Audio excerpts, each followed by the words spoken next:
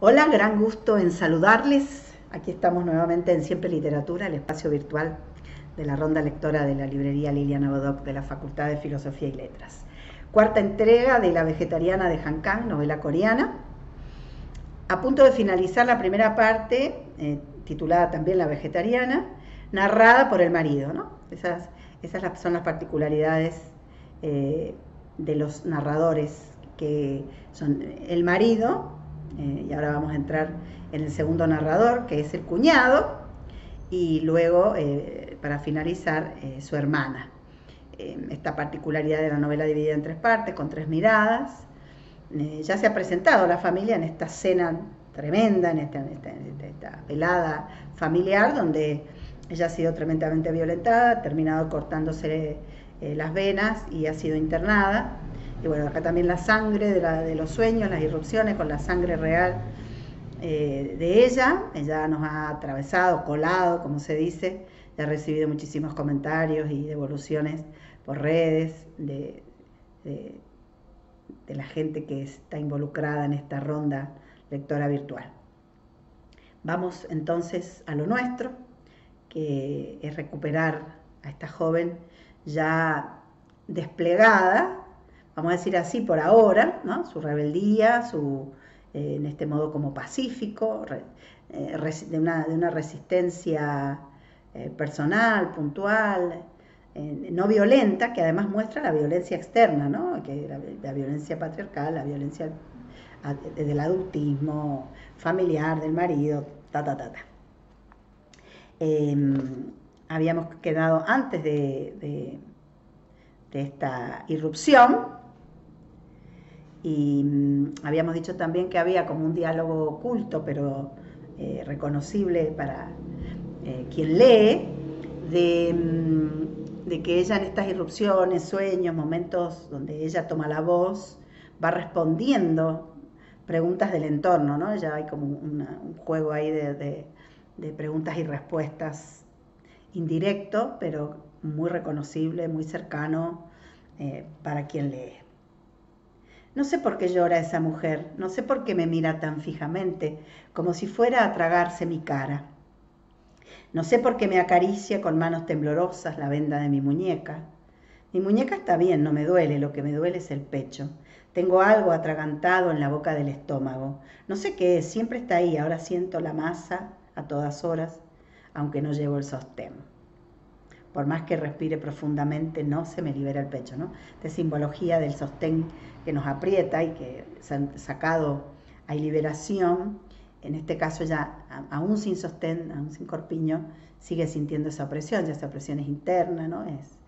Es ancestral también, es histórica y es puntual en este momento de su vida en que ella empieza a sentir esa opresión histórica en el pecho.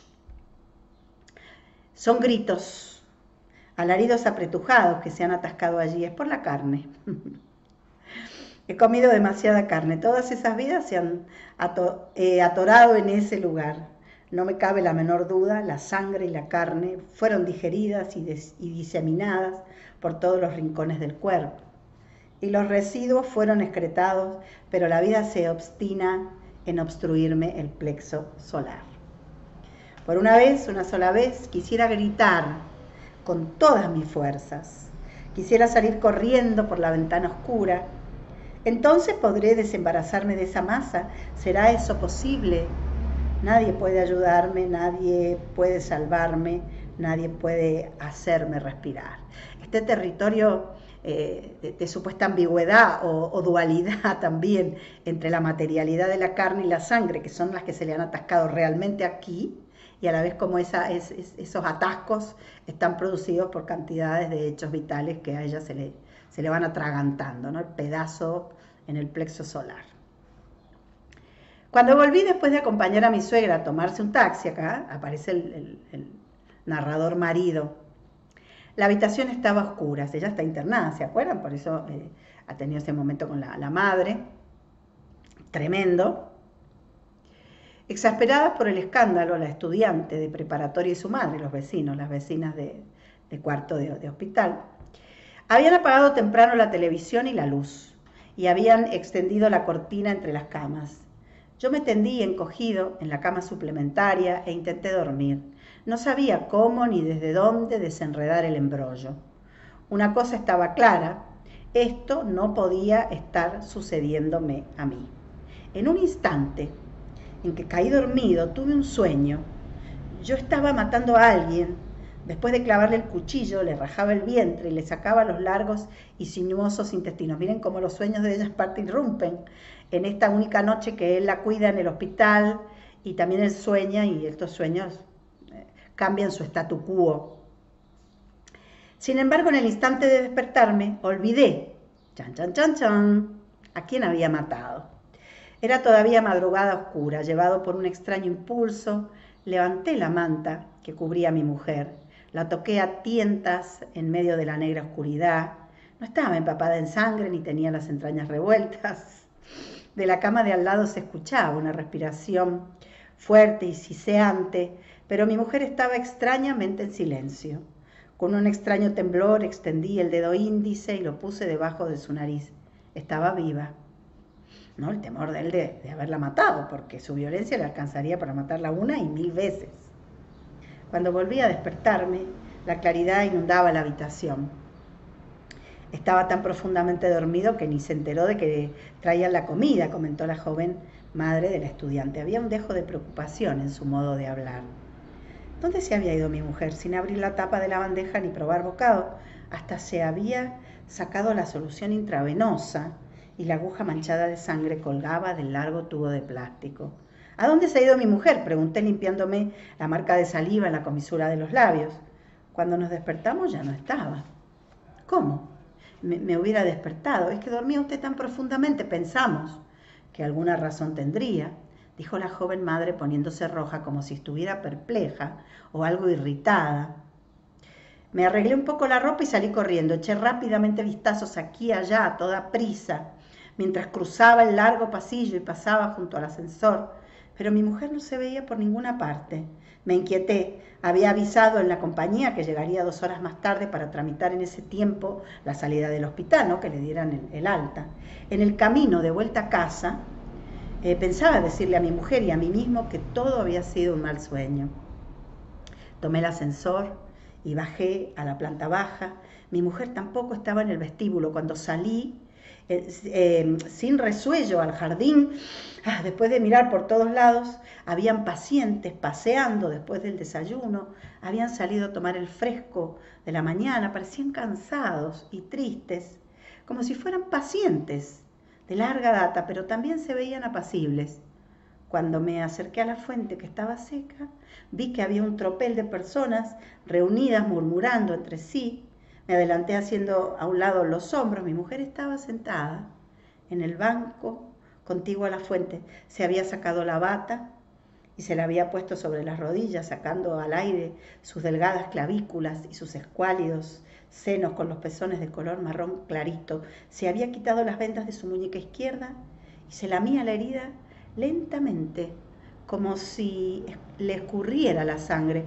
El sol bañaba su rostro y su torso desnudo. ¿Desde cuándo está así?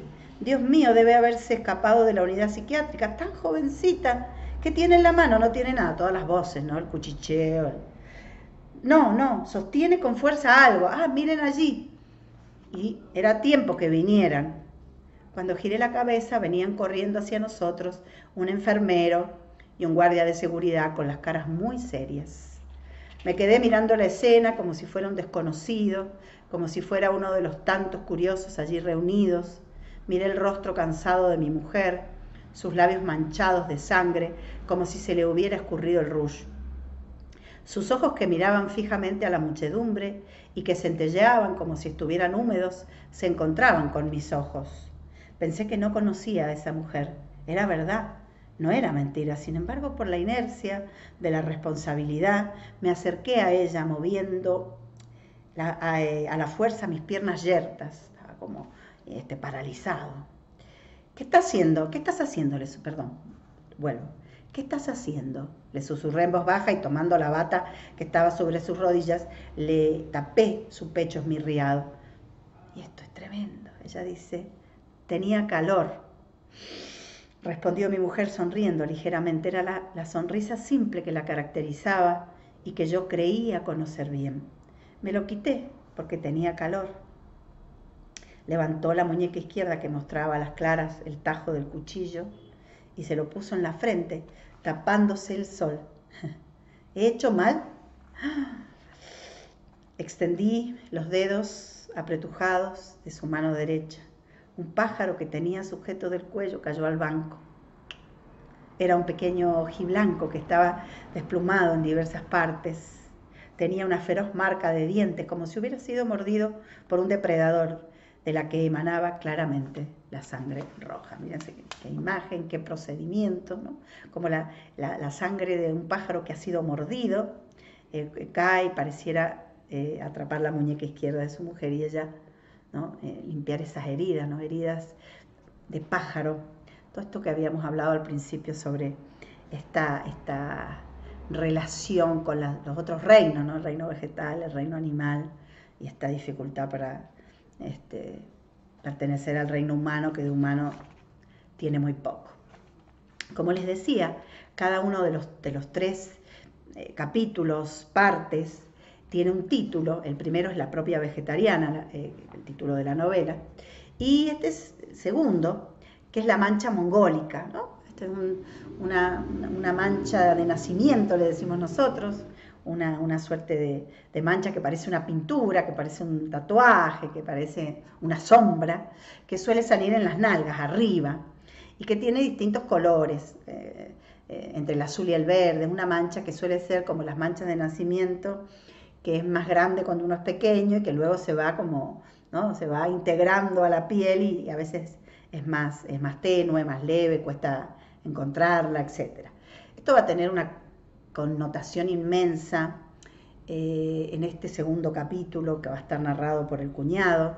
El cuñado es artista, ustedes se acuerdan que el marido en la primera parte describe con envidia prácticamente al marido de la hermana de su esposa, puesto que él es artista, ha estudiado arte y pareciera no estar preocupado por las cuestiones de la vida real, ¿no? Sobre todo las cuestiones económicas, empresariales, familiares, que tanto pesan como responsabilidad viril y todo esto que el marido tiene en esa velada paqueta con el jefe, Y en la familia de la hermana de su esposa, es ella quien lleva adelante el negocio, porque tiene un negocio cosmética que ha crecido mucho, es la que trabaja, pareciera ser, ¿no? Mientras que el esposo de ella es artista. Entonces, muchísimas connotaciones en relación a esta división, ¿no? de lo que conviene, de lo que se debe, de los trabajos y las tareas autorizadas y prestigiadas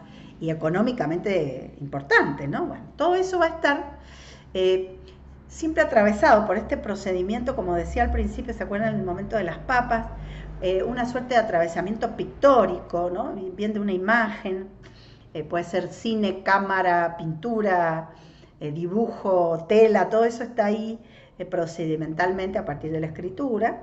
Y este título y esta imagen, ¿no? De la mancha mongólica, que es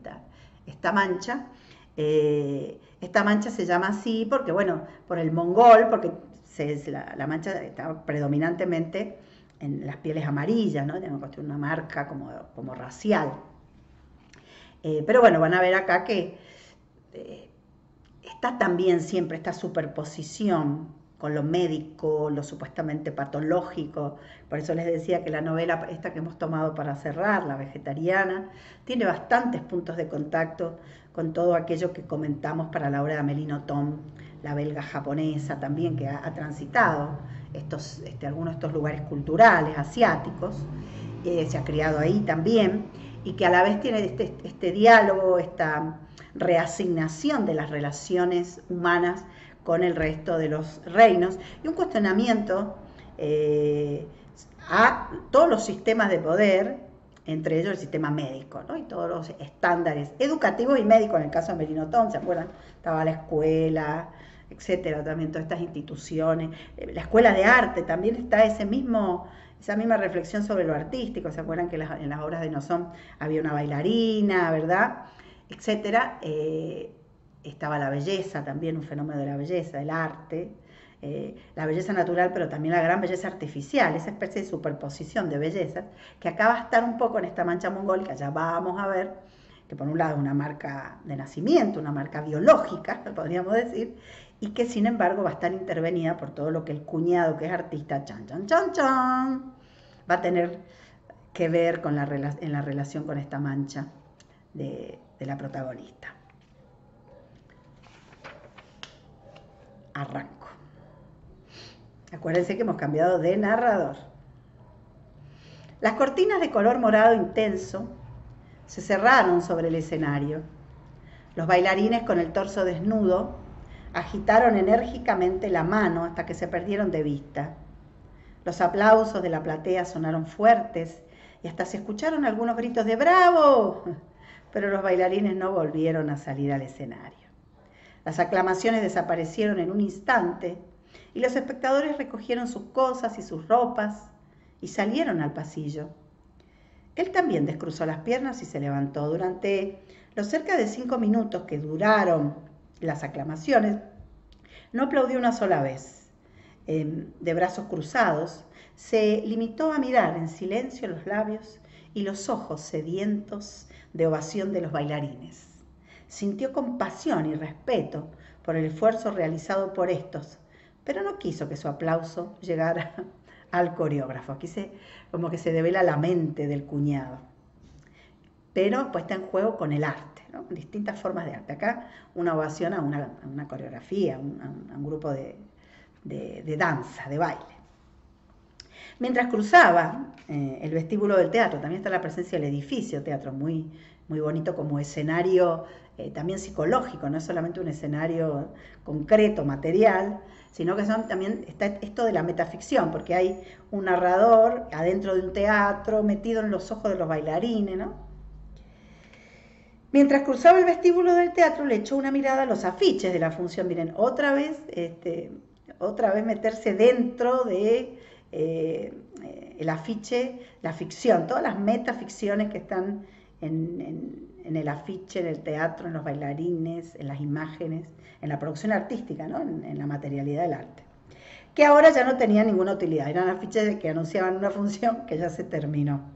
También todas estas cosas de la caducidad, interesante, muy interesante, en el tratamiento de la novela La Vegetariana. Había visto el afiche por casualidad en una librería del centro y un estremecimiento había recorrido su cuerpo. Temiendo no poder ver la última función que acababa de terminar, había llamado nervioso por teléfono para reservar a toda prisa una entrada. En el afiche un hombre y una mujer desnudos estaban sentados de costado mostrando las espaldas. Tenían dibujados flores azules y rojas, ramas y abundantes hojas desde el cuello hasta las nalgas. Había sentido miedo, se había excitado y se había sentido avasallado. No podía creer que la imagen que lo cautivaba desde hacía un año pudiera salir de un completo desconocido. El coreógrafo. La imagen soñada se desplegaría como esperaba hasta que se apagaron las luces y comenzó la función. Estuvo tan nervioso que no pudo tomar ni siquiera un sorbo de agua. Sin embargo, no fue así. Evitando a las personas relacionadas con la danza que llenaban el vestíbulo, llenas de fasto y extroversión, se dirigió a la salida que se comunicaba con la estación del metro. En la música electrónica, el deslumbrante vestuario, los desnudos excesivos y los gestos obscenos que desde hace unos minutos habían llenado la sala, no encontró nada de lo que buscaba. Lo que él buscaba era algo más sosegado, más íntimo, más subyugante y más profundo. Fíjense qué interesante cómo contrastan los lenguajes, porque en realidad él se cautivó con lo que está en el afiche, que está estático, ¿no? Que tiene como una suerte de pintura o fotografía, pero no es la acción convivial, laurática de los bailarines en escena, y más todavía el despliegue de los propios bailarines y bailarinas en el hall del teatro, todo un mundo, ¿no? También se mete con las distintas modos y formas y performatividades de las distintas artes, que está sutil, no pareciera ser el tema de la novela, sin embargo está, o la novela se para también allí o se recuesta en estas tensiones propias de los lenguajes. Era domingo por la tarde y el metro estaba casi vacío. Con el programa de la función, que tenía la misma foto de la ficha impresa en la primera página, se quedó cerca de la puerta de acceso. En su casa estaban su mujer y su hijo de 5 años. Aunque sabía que su mujer deseaba que pasaran juntos los domingos, había sacrificado un mediodía por este espectáculo. ¿Le había reportado algún beneficio? Si así era el haber experimentado de nuevo la desilusión, el haberse dado cuenta que tendría que ponerlo en práctica él mismo. ¿Cómo podía otra persona hacer realidad su sueño? Era la misma sensación amarga que sintió hace poco cuando vio un trabajo de video similar en una obra de instalación de un artista japonés. En esa cinta, que contenía escenas de una orgía, una decena de hombres y mujeres desnudos y pintados de todos colores, se buscaban los cuerpos con frenesí en medio de una música psicodélica, se agitaban incansablemente como peces sedientos sacados fuera del agua. Por supuesto que él sentía la misma sed, pero no expuesta de ese modo, de eso no había duda. El metro ya estaba pasando por la urbanización de apartamentos donde vivía. Desde un principio no había tenido la intención de bajarse. Metió sin cuidado el programa del espectáculo en la cartera que llevaba al hombro, introdujo los puños en los bolsillos de la chaqueta y observó el interior del coche del metro que se reflejaba en la ventanilla. Sin mucho esfuerzo aceptó que era él, el hombre de mediana edad que ocultaba los cabellos que comenzaban a ralear bajo la gorra de béisbol y la panza desbordante debajo de la chaqueta. La puerta del estudio estaba cerrada. Los domingos por la tarde era el único momento de la semana que podía trabajar, solo en el taller. Continuamos, hubo un pequeño corte. En ese espacio de unos 26 metros cuadrados que proporcionaba una corporación en el subsuelo del edificio de la oficina matriz, en el marco de la campaña de mecenazgo artístico que desplegaban las compañías, trabajaban 4 artistas de videoarte, provisto cada uno de ellos de una computadora.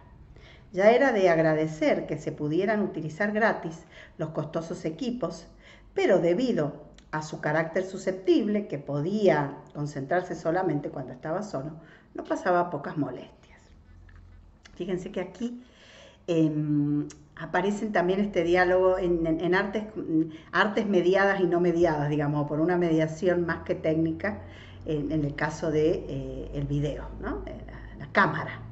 El ballet trae como, digamos, el gran mediador es el cuerpo, la técnica a través del cuerpo, y acá aparece esta otra tecnología que va a variar por completo, que él ve a través de ahí se siente conectado, necesita, van a ver, chan, chan, chan, chan, todo esto que siguen es muy original, muy artístico y a la vez muy violento y muy complejo y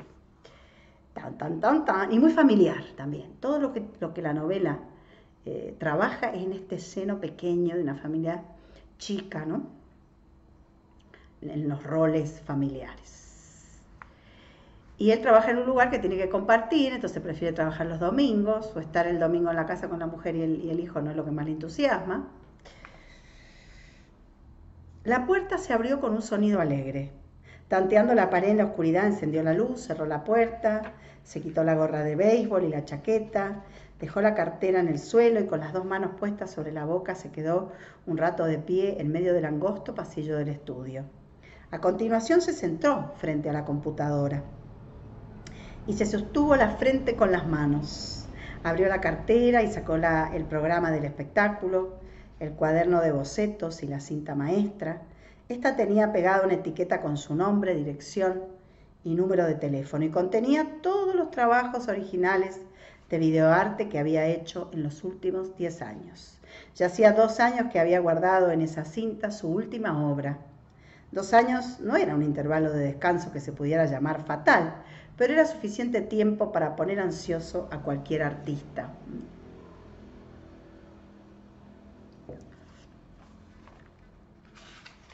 Abrió el cuaderno de bocetos, había decenas de dibujos que, si bien eran completamente diferentes en atmósfera y estilo al afiche del espectáculo, compartían la misma idea. En los cuerpos desnudos de hombres y mujeres se habían pintado flores suaves y redondas y sus poses de unión eran bastante provocativas. Muslos con los músculos tensos, nalgas contraídas. Si no fueran torsos escuálidos como de bailarines, hubieran sido confundidos con meros dibujos pornográficos. Sus cuerpos, los rostros no estaban dibujados, eran tan firmes y serenos que neutralizaban lo provocativo de las situaciones. La imagen lo asaltó de pleno. Fue el invierno pasado cuando presintió que se estaba por acabar un año entero de vacío creativo, cuando sintió que una energía se removía en su vientre y comenzaba a subir dentro suyo. Entonces no imaginó que sería una imagen tan demoledora. Los trabajos que había hecho antes habían sido sumamente realistas. Chan, chan, chan, chan. Acá se ve intervenido, ¿no? Por salir del realismo artísticamente, los discursos del realismo, los discursos de la vanguardia, del body paint, de la performatividad, de las intervenciones. O sea, hay todo un soporte ahí de los formatos artísticos que evidentemente la autora maneja muy bien y que la emparenta, le da un aire de familia con Amélie Nothomb, insisto, porque ella también se hace estas preguntas sobre la filosofía del arte y se produce la performatividad de los cuerpos reales con estos cuerpos atravesados por las discursividades artísticas, intervenidos por el arte. A él, que había expresado con gráficos de 3 dimensiones e imágenes documentales la vida cotidiana, gastada y desgarrada de los hombres en la sociedad del capitalismo tardío, esa imagen voluptuosa, meramente voluptuosa, le pareció al principio monstruosa. Bueno, acá también, así como Amélie Nothomb, insisto, está esta crítica profundísima al capitalismo, ¿no? Y a las formas de familia, de arte, propias de este capitalismo brutal que habita la autora, que habita Han Kang, que habitan los primeros años del siglo XXI y que son la cartografía profunda, ¿no? De esta novela. La imagen podría no haberle venido nunca si su mujer no le hubiera pedido, chan, chan, chan, chan, ese domingo por la tarde que bañara a su hijo. Si después que salió del baño cubriéndolo con una toalla grande, él no le hubiera preguntado a su mujer qué le ponía los calzoncillos al niño, todavía tiene la mancha mongólica bastante grande. ¿Cuándo le desaparecerá? Si su mujer no hubiera respondido sin pensar, pues no lo sé exactamente. Chan, chan, chan, chan, Jungle, por ejemplo, la tenía todavía a los 20, como un giro acá, ¿no? A través de la superposición de esta mancha de familia. Sí, cuando él preguntó a los 20, a ella no le hubiera respondido sí, del tamaño del dedo pulgar y de color verdosa, la tenía entonces, así que debe tenerla todavía. La imagen de una flor verde azulada, floreciendo en el medio de las nalgas de una mujer lo asaltó en ese instante. El hecho de que su cuñada todavía tuviera la mancha mongólica en el trasero y la imagen de un hombre y una mujer copulando desnudos y con los cuerpos pintados de flores se le quedaron grabados en la cabeza en una incomprensible pero exacta y clara relación de causa-efecto. La mujer de sus bocetos no tenía rostro, pero era su cuñada.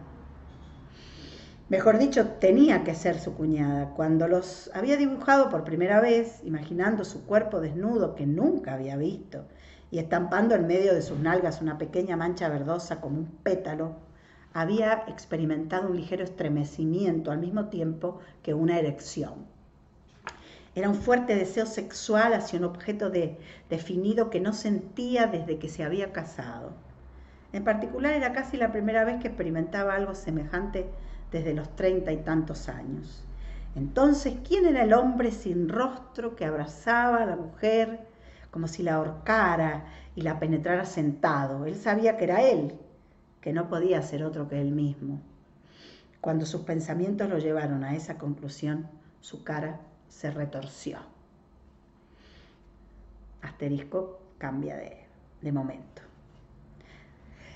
Durante mucho tiempo buscó una respuesta, cómo escapar de esa imagen. Sin embargo, no había salido alguna, no existía en el mundo otra imagen tan intensa y subyugante.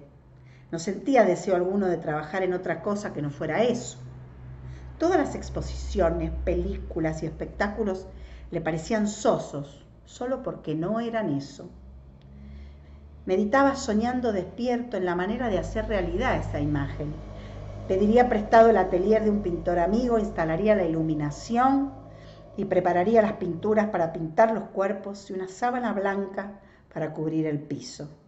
Cuando sus pensamientos lo llevaban hasta allí, se daba cuenta de que le faltaba lo más importante, que era el convencer a su cuñada. Chan, chan, chan, chan.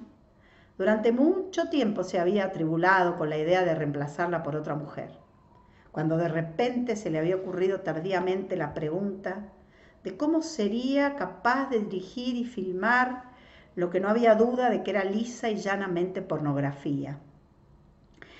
No solo su cuñada, sino que ninguna mujer accedería a ello. Entonces contrataría una actriz profesional, pagándole altos honorarios.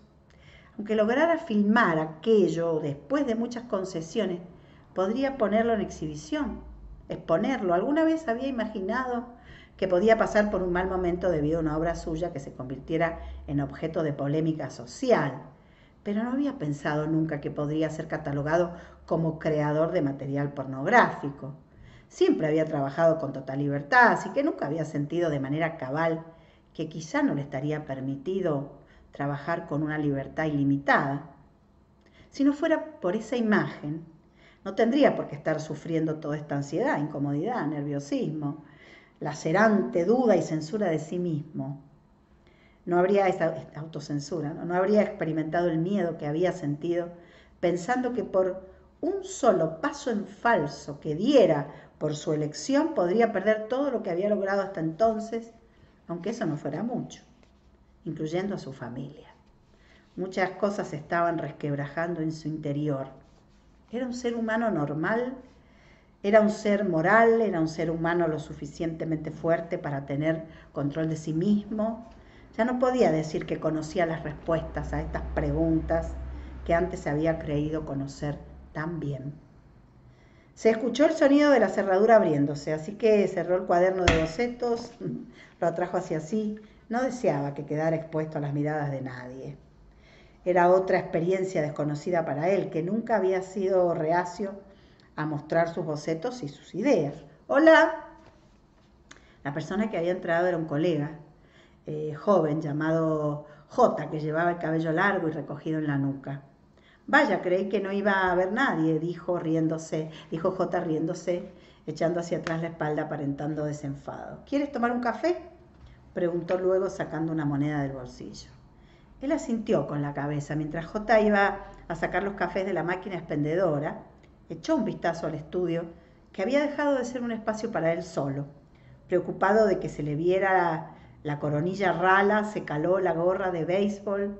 Sintió que algo semejante a un grito que llevaba reprimido hace tiempo estaba por explotarle en forma de tos. Metió en la cartera sus cosas y salió del estudio a toda prisa. Para no encontrarse con J, caminó presuroso hacia el ascensor que estaba en el lado opuesto a las escaleras de emergencia. Al ver su cara reflejada en la puerta lustrosa como un espejo del ascensor, sus ojos enrojecidos le parecieron los de una persona que había llorado. Por más que lo pensó, no recordaba haber llorado en el estudio. Entonces le dieron ganas de escupirse a esos ojos llenos de grietas rojas, de pegarse en las mejillas de barba crecida hasta que le aflorara sangre y de pisotear con los zapatos esos labios sucios y crecidos por el deseo. Asterisco, cambio. Cambio de escenario, ¿no? Estos blancos activos con asterisco, ya sean escenarios mentales o psicológicos o escenarios como en este caso. Llegas tarde, le dijo su mujer, esforzándose por esconder que se sentía dolida. El niño lo recibió sin mucho entusiasmo y volvió a concentrarse en la grúa de plástico con la que estaba jugando. Su mujer tenía una tienda de cosméticos en las inmediaciones de una universidad. Desde que había tenido al niño había delegado el trabajo en los empleados y solo había ido de noche para ocuparse de la caja. Sin embargo, desde el año anterior, en el que el niño había comenzado a ir a preescolar, había comenzado a llevar la tienda ella misma. A causa de ello estaba siempre cansada, pero como por naturaleza era una persona de mucha paciencia, al pedirle que dejara libre el domingo, y lo de dedicar a la familia era prácticamente la única exigencia que tenía. Yo también quisiera descansar un poco, y además no necesitas pasar más tiempo con el niño. Él sabía bien que él era la única persona que podía aliviarle el trabajo a su mujer.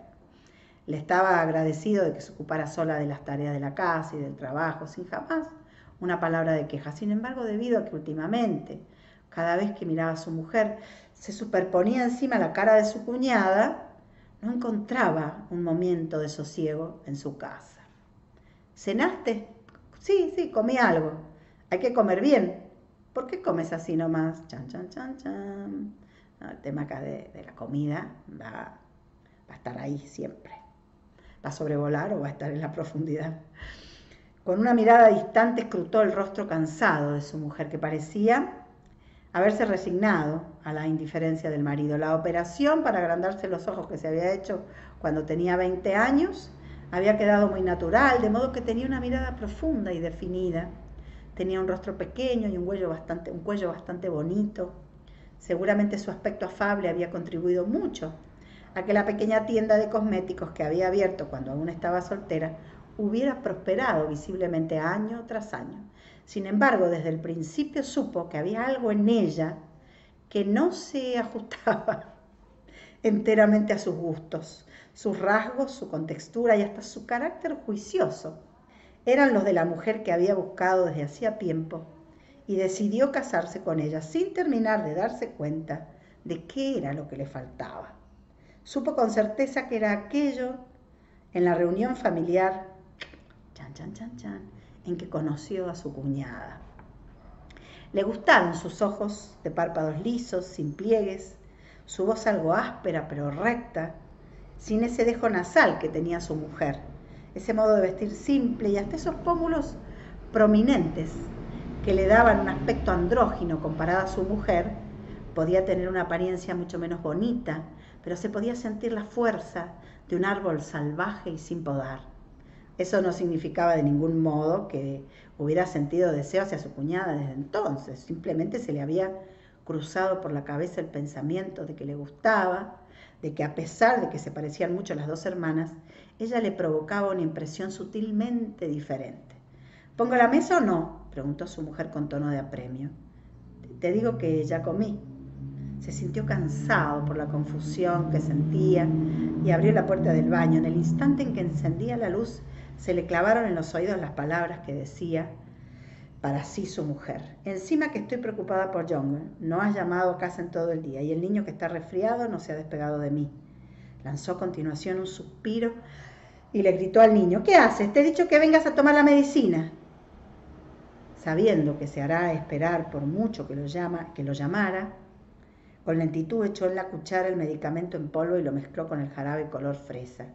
Él salió del baño y le preguntó a su mujer: ¿qué pasa con tu hermana? ¿Ocurrió algo? Su marido presentó la solicitud de divorcio. Chan, chan, chan, chan.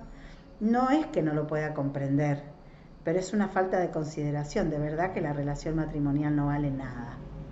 ¿Quieres que yo...? Tartamudeó él. ¿Hable con tu hermana? ¿De verdad lo harías? Dijo ella mientras se le iluminaba la cara. Le he dicho que venga a casa, pero no me hace caso. Si tú le pides hablar, aunque sea por respeto, bueno, no es una chica que tenga esas consideraciones. No sé cómo pudo cambiar tanto. Él se quedó mirando el rostro de su mujer, tan cariñosa y responsable, como le daba la espalda mientras se acercaba con cuidado a su hijo para que no se le cayera la medicina. Pensó que era una buena mujer, pero precisamente esa bondad era lo que la hacía tan insoportable. Y él, ¿no? Mañana mismo me comunicaré con ella. ¿Te doy su número? No hace falta, ya lo tengo.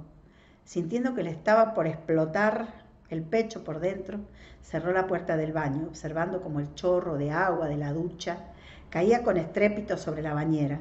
Se quitó la ropa. Sabía que hacía cerca de 2 meses que no mantenía relaciones con su mujer. También sabía bien que si tenía ahora el sexo crecido no era por ella.